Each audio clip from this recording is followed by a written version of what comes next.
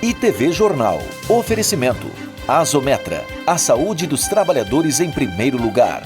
J Contábil. Sua empresa em boas mãos. André Gás e Água. Compromisso com a qualidade e segurança. Olá, Itatiba. Você está sintonizado com o ITV Jornal aqui na ITV Brasil. E vem comigo que já começamos com as principais notícias da nossa cidade e também da nossa região. Itatiba celebra o Dia da Mulher com caminhada, workshops, cinema e ações de saúde. Fundo Social entrega 25 enxovais para gestantes em Itatiba e leva orientação às futuras mamães. Polícia Militar encontra a casa-cofre com mais de 90 celulares em Paraisópolis. E olha só esse caso, estupro coletivo em Copacabana, choca o país e suspeitos estão foragidos. Essas e outras notícias você confere a partir de agora, aqui comigo, no ITV Jornal, que está começando aqui na ITV Brasil.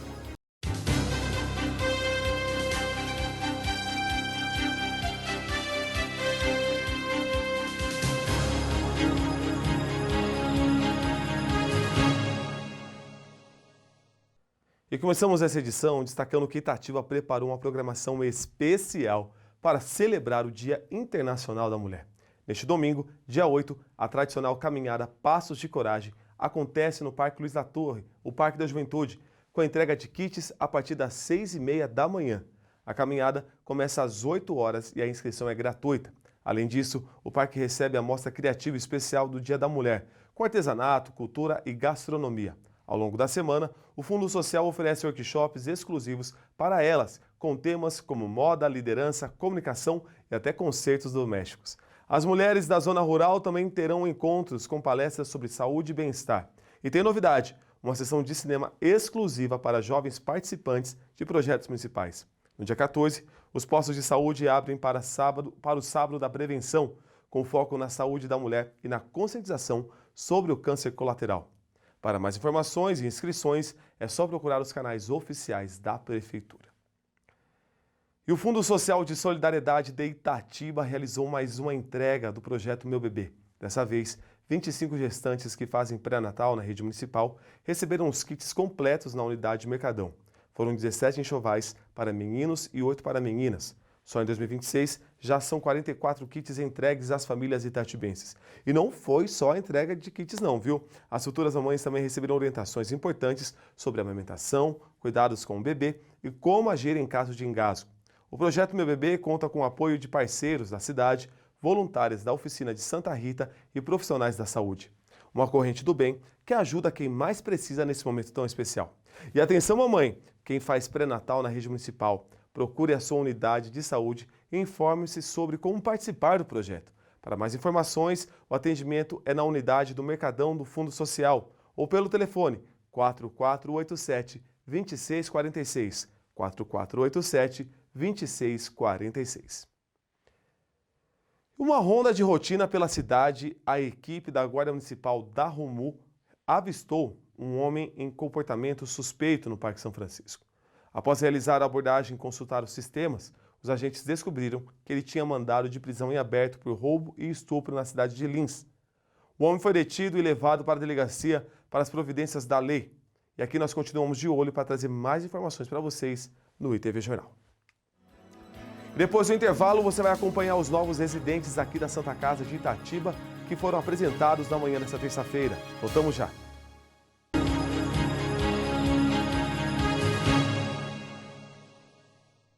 E na manhã dessa terça-feira, o Centro Cultural da Santa Casa de Itatiba recebeu a apresentação dos novos residentes que farão parte do corpo clínico aqui da Santa Casa. Confira na reportagem. Na manhã dessa terça-feira, a Irmandade da Santa Casa de Misericórdia de Itatiba realizou a recepção oficial dos novos médicos residentes. O dia de hoje é muito feliz. Os residentes, eles complementam o cuidado com o paciente. O SUS, ele tem a função de formar médicos, enfermeiros. A função educacional no SUS, ele vem desde o início, ele está integrada nas diretrizes do cuidado. Com certeza, a presença do residente dentro do município sempre melhora a atenção primária de saúde. A gente consegue ter um atendimento qualificado com pessoas que estão dentro da especialidade e voltadas justamente para o cuidado longitudinal e continuado da população, melhorando assim a assistência como um todo. A gente pretende sempre ter a integração de sistemas e a tecnologia como nossa aliada e parceira para poder fomentar a saúde e aumentar a qualidade de vida do cidadão de Itatiba como um todo. Obrigado. Obrigado. O encontro marcou o início de uma nova etapa na formação profissional dos participantes, simbolizando compromisso, aprendizado e dedicação ao cuidado com a vida. A cerimônia reuniu direção, profissionais de saúde e convidados, reforçando a importância do programa de residência para o fortalecimento da assistência médica no município. Bernardo Ribeiro Marques, sou médico residente aqui da cirurgia geral. Eu estou muito animado para começar aqui o serviço, sou da região já há bastante tempo, moro na região de São José dos Campos, tenho familiares em Atibaia também. E quando descobri que a Santa Casa de Itatiba ia ter um programa de residência, pesquisei um pouco bastante, vi que é um serviço de bastante excelência, conheci a cidade também que me encantou, achei muito lindo e espero contribuir com a sociedade, com um ótimo serviço, acredito muito na equipe e no serviço da Santa Casa no geral. Sim, na realidade temos 3 novas vagas de especialidades de residência médica, que é ortopedia, cirurgia geral e anestesia. Já tínhamos outras 4. Então hoje, além dos 16 novos, são 30 residentes na Santa Casa de Itatiba, né? Eu friso muito, não é só formação técnica, a gente está formando pessoas para o futuro, né? E assim, de encontro vem o profissional que vai agregar o valor à instituição, vai agregar ao corpo clínico e, consequentemente, ao usuário um serviço muito melhor, né? Então, isso é de muito valor. Eu acho muito importante essa recepção para os residentes, que a gente vem do Brasil inteiro, né? Foram candidatos de todo o país e outros 4 países de fora. Acho que é Argentina, Bolívia, Paraguai e Argentina, se não me engano. Tá? Então, pessoas vêm de longe. Então, a gente, como cidade do interior, acho que a cultura do interior é a recepção. Acho que temos que acolhê-los da melhor maneira possível. E um crime que revolta e levanta alerta sobre a segurança das nossas jovens. 4 jovens e um menor foram indiciados pela Polícia Civil do Rio de Janeiro após uma adolescente de 17 anos denunciar ter sido vítima de estupro coletivo em um apartamento em Copacabana, na zona sul do Rio. Veja isso. Segundo as investigações, a jovem teria sido atraída ao local pelo ex-namorado e, ao chegar ao imóvel, outros rapazes entraram no quarto e teriam forçado atos sexuais mesmo após a negativa dela. A polícia afirma que o crime foi premeditado e tratado como emboscada. Exames periciais confirmaram lesões, hemorragia e outros sinais de agressão compatíveis com o relato da vítima. A justiça expediu mandados de prisão preventiva contra 4 dos envolvidos que estão foragidos. O menor de idade responderá conforme o Estatuto da Criança e do Adolescente. Instituições ligadas aos investigados informaram o afastamento dos envolvidos. E agora a pergunta que fica é: até quando casos como esse vão se repetir? Se você tiver qualquer informação que possa ajudar nas investigações, a denúncia pode ser feita de forma anônima. E atenção, você que mora na zona sul de São Paulo, a Polícia Militar do Estado descobriu uma verdadeira casa-cofre em Paraisópolis. Dentro do imóvel, os policiais encontraram 96 celulares com suspeita de roubo ou furto. Também foram apreendidos 11 notebooks, relógios, máquinas de cartão, um revólver e cerca de 200 munições. A equipe desconfiou da casa ao ver a porta entreaberta e objetos cobertos com papel alumínio. Ninguém foi encontrado no local e o caso foi registrado no 89º Distrito Policial do Jardim Taboão. E agora a Polícia Civil do Estado de São Paulo investiga a origem dos produtos. E fica esse alerta para você aí de casa. Se for vítima de roubo ou furto, registre o boletim de ocorrência e anote o número de série do seu aparelho. Depois do intervalo, vamos falar de futebol. Fluminense, Palmeiras e Bahia se classificam para as finais dos estaduais. E Grêmio sai na frente. Voltamos já.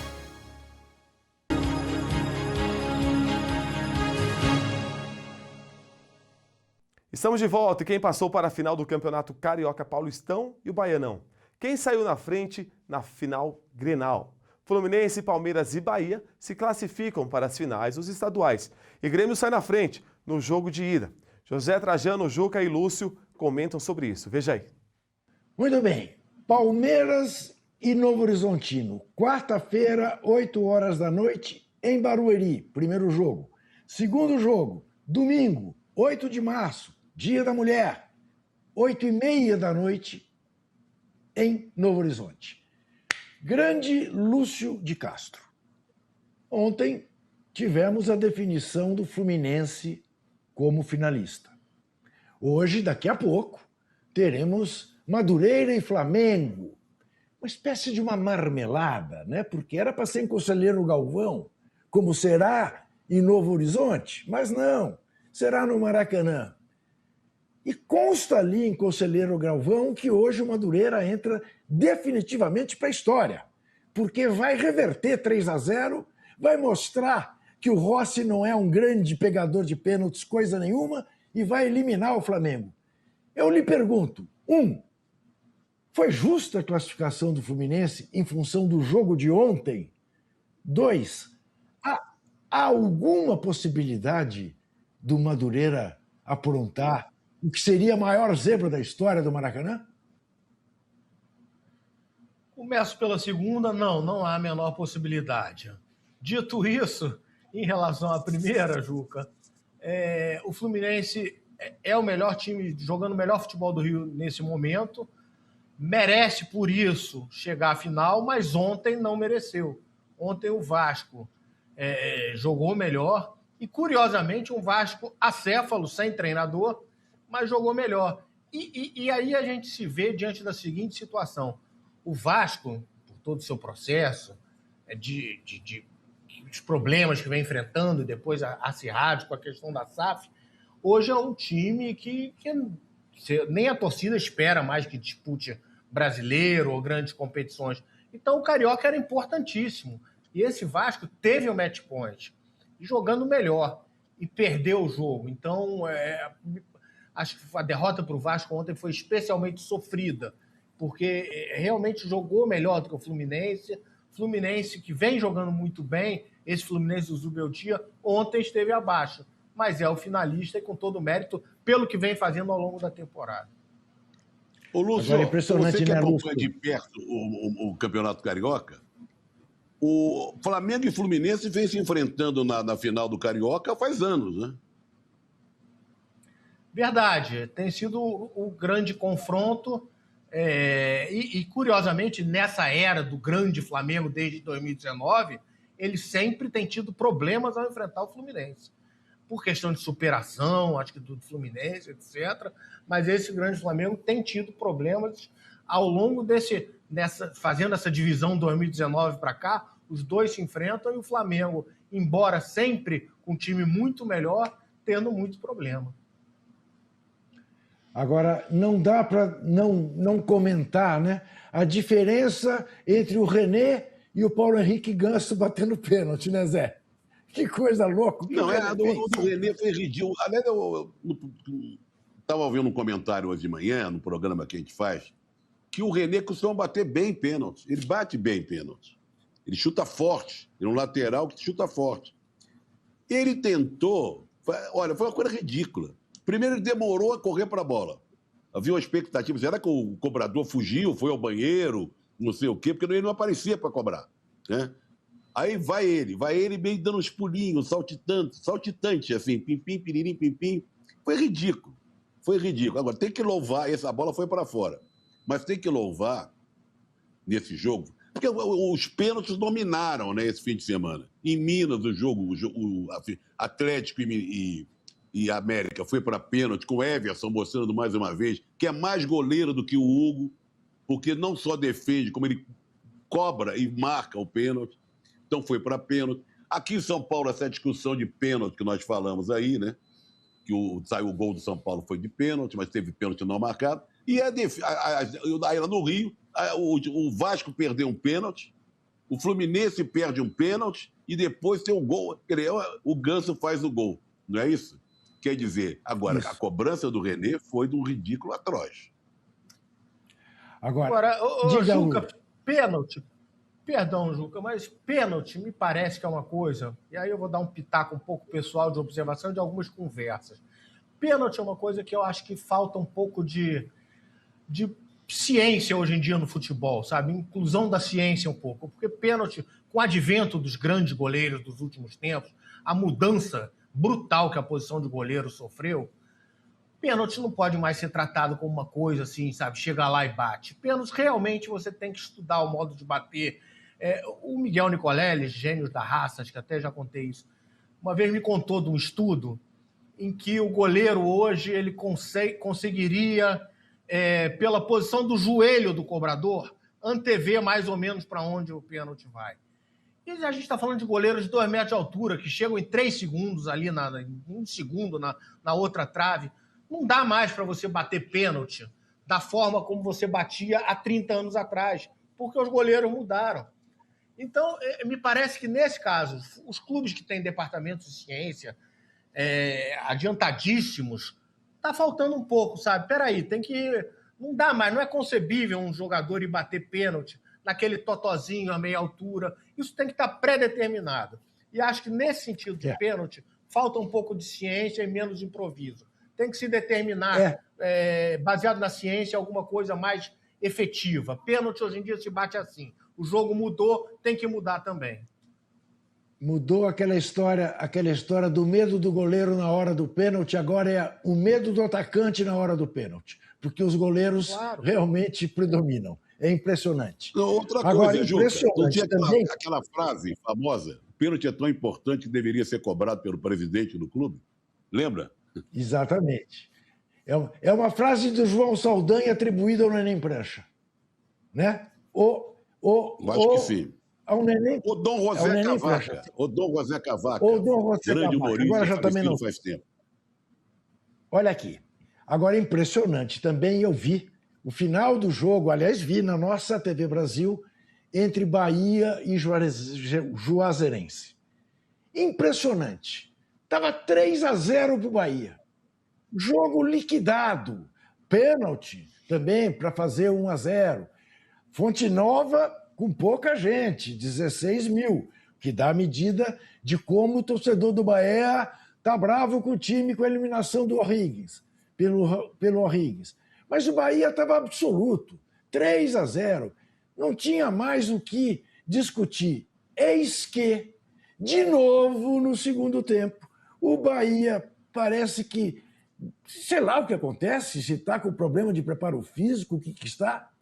Fato é que o Bahia toma 2 gols, corre o risco de ver o empate 3-3, mas já nos acréscimos faz o 4-2.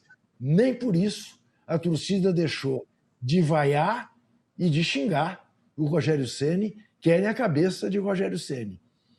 Então, se o Felipe Luiz, de alguma maneira, está ameaçado numa final carioca contra o Fluminense, também está ameaçado o Rogério Ceni numa final no Bavi, na nossa querida Bahia. Por isso que eu falei no início, como ganhou importância o estadual para determinados times.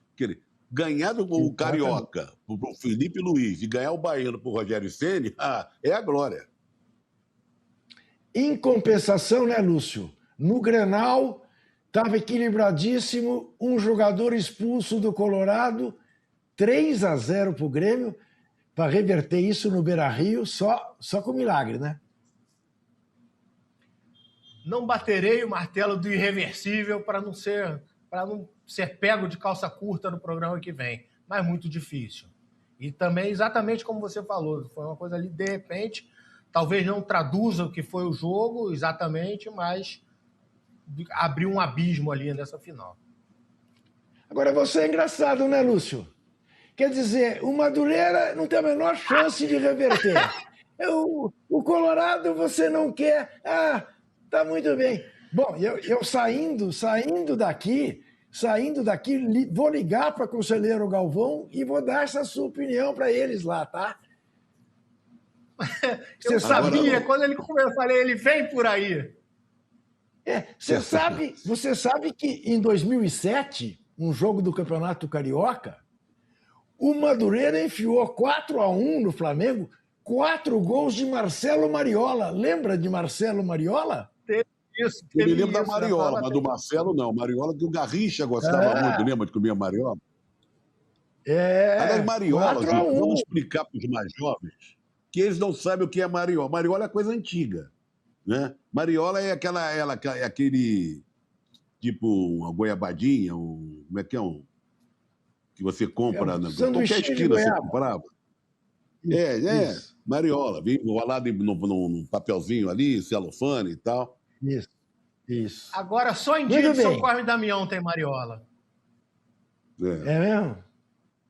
Aqui em São Paulo não tem Cosme e Damião mais. Acabou. É porque só tem prédios, não tem mais casas, as casas estão acabando, as ruas estão se transformando em outras coisas. Quando havia o vizinho da porta ainda ali, bem, aqui no Rio está preservado ainda um pouco. Muito bem. E em Minas Gerais, como diz o nosso decano, não apenas o Everson mais uma vez mostrou que é um baita de um goleiro, é incrível, não se cogita dele para a seleção brasileira. Fala-se no Hugo porque pega pênalti, ele pega tantos pênaltis quanto o Hugo e bate com competência, mas também, olha, pescoços do Galo e do Cruzeiro a perigo, porque o Cruzeiro também passou pelo Pouso Alegre só por 1-0 no Mineirão e o Tite ouviu de novo, adeus Tite, adeus Tite. Tá feia a coisa nas Minas Gerais, os 2 que vão decidir o campeonato estão entre os 4 últimos do Brasileirão. É claro que é cedíssimo para falar de rebaixamento no Brasileirão, mas fato é que os 2 estão entre os 4 últimos. Estão devendo. E essa edição do ITV Jornal vai ficando por aqui. Eu quero agradecer o seu carinho, a sua audiência e a sua companhia. E falando em companhia, eu quero deixar aqui um abraço especial para a avó do meu grande amigo Felipe, o Galo, lá do Porto Seguro. Ontem a gente esteve na casa dela, ele levou flor, levando muito carinho para ela. E ela disse que acompanha sempre a gente aqui pelo ITV Jornal. Então, um beijo para a senhora, a avó do Galo, e para todos vocês que acompanham a gente aqui na ITV Brasil. E não se esqueça, a gente tem um encontro marcado na próxima edição. Até lá! ITV Jornal. Oferecimento. Azometra. A saúde dos trabalhadores em primeiro lugar. Jota Contábil. Sua empresa em boas mãos. André Gás e Água. Compromisso com a qualidade e segurança.